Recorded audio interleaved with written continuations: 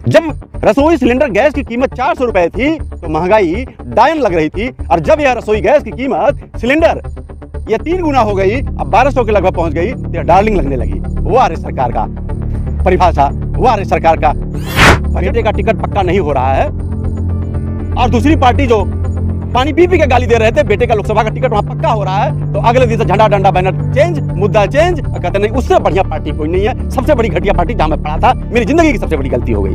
अरे इन मक्कार नेताओं से अगर ये जनता ये भी पूछ ले कि क्या ये जिंदगी की तुम्हारी आखिरी गलती है, तो ये भी नहीं बताएंगे। ससुरा एक शब्द बोल रहा हूँ असंसदीय, ये भी नहीं बताएंगे, क्योंकि कल फिर घूम के जो थूके हैं उसी को काटेंगे। और यही नहीं, आरक्षण ओबीसी एससी का खत्म हो जाए, कोई बात नहीं, हम हिंदू हैं, धर्म खतरे में ना पड़े, भले हमारी रोजी रोटी खतरे में पड़ जाए, देश का मुसलमान परेशान है, बस यही हमारा प्यार होगा। आखिर कब तक ये गंदा खेल चलेगा कि हमारी नौकरी ले लो, हमारी शिक्षा ले लो, हमारा आरक्षण खत्म कर दो, और ये जो 5 किलो राशन का प्रलोभन दे रहे हो, कुछ समय तक राजनीति में सत्ता में टिके रह सकते हो आप, लेकिन वह दिन दूर नहीं जब यहाँ का यूथ बेरोजगार होकर सड़क पर आंदोलन करने के लिए मजबूर हो जाएगा।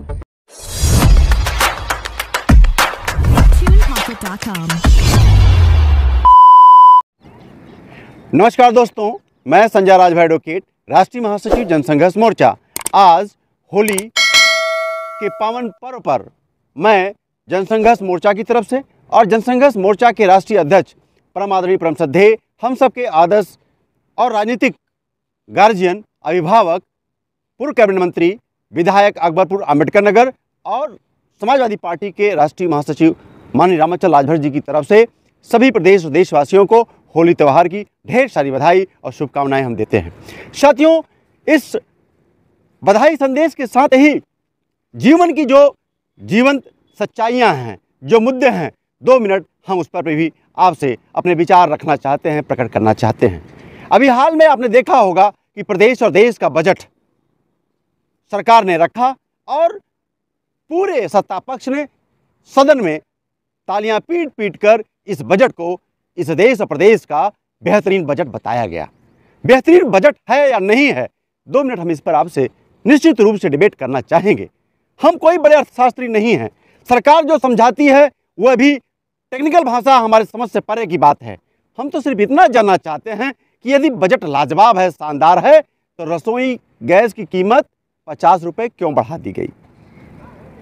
जब रसोई सिलेंडर गैस की कीमत 400 रुपये थी तो महंगाई डायन लग रही थी, और जब यह रसोई गैस की कीमत सिलेंडर यह 3 गुना हो गई, अब 1200 के लगभग पहुंच गई, तो डार्लिंग लगने लगी। वो आ रही सरकार का परिभाषा, वो आ रही सरकार का बजट। और दूसरा बता दूं, सरकार कह रही कि बजट बहुत लाजवाब है। हम उत्तर प्रदेश की बजट की बात कर लेते हैं। बजट में साफ साफ शिक्षा का बजट नहीं बढ़ाया गया है। हम नहीं जानते क्या बजट दिया है, क्या नहीं दिया है, लेकिन हम तो ये जानते हैं कि जो हमारे गरीब बच्चे, चाहे जिस गांव में बिरादरी वर्ग के होते थे, वो अगर हायर एजुकेशन ग्रहण करते थे तो उनको ये गारंटी, भरोसा, विश्वास होता था पिछली सरकारों में कि हमारा छात्र प्रतिपूर्ति के माध्यम से हमको शुल्क प्रतिपूर्ति मिल जाएगी और हमको घर से कर्ज लेकर कहीं से अलग से पैसा देना नहीं पड़ेगा। ये गारंटी होती थी, लेकिन आज क्या ये गारंटी है? आज ये गारंटी नहीं है। आप बीएड कर रहे हैं, बीटीसी कर रहे हैं, बीटेक कर रहे हैं, एमबीबीएस कर रहे हैं, इंजीनियरिंग कर रहे हैं, कोई गारंटी नहीं है। और जब गारंटी नहीं है तो बच्चा एडमिशन लेने से, उच्च शिक्षा, हायर शिक्षा से भाग रहा है। फिर भी सरकार का बजट लाजवाब है। सरकार कह रही है किसान खुशहाल है। उत्तर प्रदेश की बात ले लो, निश्चित रूप से किसान तो बहुत खुशहाल है। जब गेहूं की बुआई की बात थी तब पता चला कि सरकारी गोदामों में कहा जा रहा था कि डाई नहीं है, यूरिया ले लो। और जब गेहूं की बुआई का काम खत्म हो गया, गेहूं की फसल हो गई, जब यूरिया की बात आई तो सरकार ने कहा यूरिया नहीं है भाई, डाई ले लो। लाजवाब व्यवस्था है। और यही नहीं, सरकार कह रही है कि हम कृषि उपज का दुगना देंगे। अरे दुगना तो छोड़ दो, जितना आप एमएसपी तय करते हो आप चले जाओ सोसाइटियों पर, सिवाय बिचौलियों के, दलालों के अलावा ना तो हमारा धान की खरीद होती है, ना तो गेहूं की खरीद होती है। जो बिचौलिया चाहते हैं वही होता है, और बिना कमीशन के वो भी नहीं होता। फिर भी आपका बजट लाजवाब है। और लाजवाब हो क्यों ना, कि आपने ये पूरे देश और प्रदेश में एक माहौल बना के रखा है कि हमको नौकरी मिलेगी नहीं मिलेगी कोई बात नहीं, मुसलमान देश का परेशान है, हमको नौकरी नहीं चाहिए। हम इसी बात से खुश हैं। हमारी किचन गृहस्थी की महंगाई बढ़ गई है, कोई दिक्कत नहीं है। देश का मुसलमान परेशान है, हम खुश हैं। और यही नहीं, आरक्षण ओबीसी एससी का खत्म हो जाए, कोई बात नहीं। हम हिंदू हैं, धर्म खतरे में ना पड़े, भले हमारी रोजी रोटी खतरे में पड़ जाए, देश का मुसलमान परेशान है, बस यही हमारे लिए अच्छी बात है। अरे यारो, आखिर कब तक ये गंदा खेल चलेगा कि हमारी नौकरी ले लो, हमारी शिक्षा ले लो, हमारा आरक्षण खत्म कर दो, और ये जो 5 किलो राशन का प्रलोभन दे रहे हो, कुछ समय तक राजनीति में सत्ता में टिके रह सकते हो आप, लेकिन वह दिन दूर नहीं जब यहाँ का यूथ बेरोजगार होकर सड़क पर आंदोलन करने के लिए मजबूर हो जाएगा, जब यहाँ का किसान मजबूर होकर काश्तकारी से अपनी उपज नहीं कर पाएगा। तो अभी तो किसान आंदोलन देखा, पूरे देश ने देखा, दुनिया ने देखा, लेकिन महान सरकार है, मोदी जी कह रहे हैं कि किसान देशद्रोही है, तो देशद्रोही मीडिया भी कहने लगी, वाह रे हुकूमत, वाह रे लाजवाब बजट।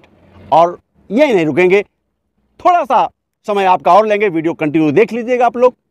साथियों, ये वर्तमान राजनीतिक परिस्थिति जो चल रही है, ये जो दलित बैकवर्ड के ठेकेदार नेता पैदा हो गए हैं, आप इनसे पूछ लो, सुबह कहेंगे कि ये पार्टी तो लाजवाब पार्टी है, अम्बेडकरवादी पार्टी है, झंडा बुलंद करने वाली पार्टी है, मैं मरूंगा जीऊंगा इसी पार्टी में।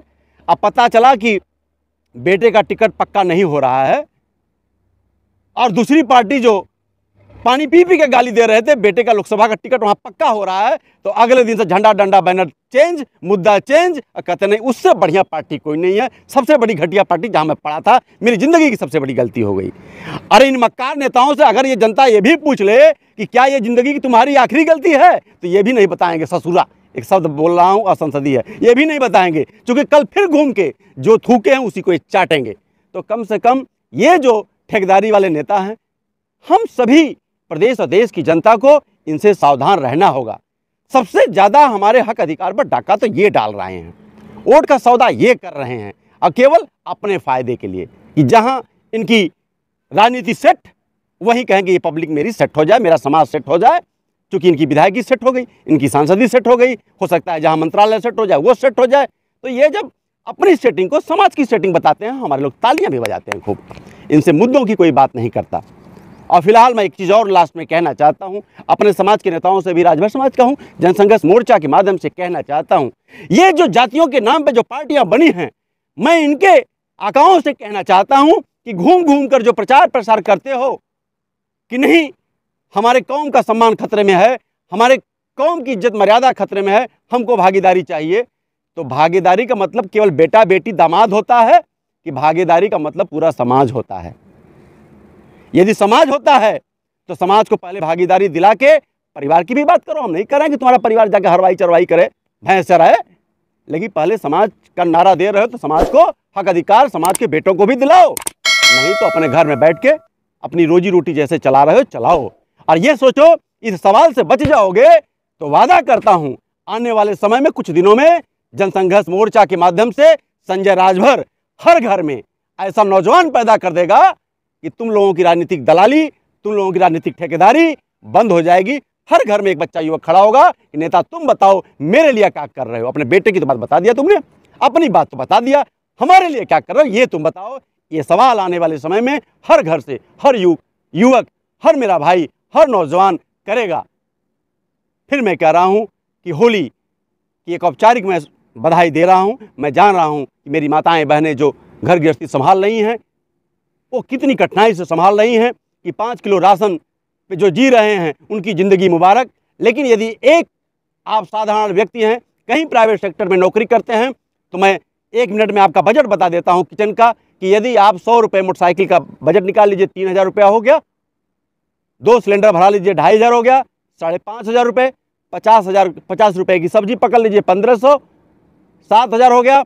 और 50 रुपये भाई कहीं जाओगे, चाय पानी दिल दिमाग कर दिया, नहीं अगर मोदी का गुण गाओगे, नून रोटी खाएंगे, मोदी का गुण गाएंगे तो कोई बात नहीं, अगर चाय पानी करोगे तो 50 रुपये वो भी पकड़ लो। मिला जुला के घर की गृहस्थी में 8 से 10,000 रुपये, और प्राइवेट सेक्टर में आपको मिल कितना रहा है? 8 से 10,000 रुपये। ये तो आपके केवल पेट चलाने के लिए हो गया। बाकी बिटिया की शादी, बिटिया की पढ़ाई, बेटे की पढ़ाई, दवाई और सारे काम आप छोड़ दो, राम राज्य के सहारे, भगवान के सहारे, मोदी बाबा के सहारे खुश रहो।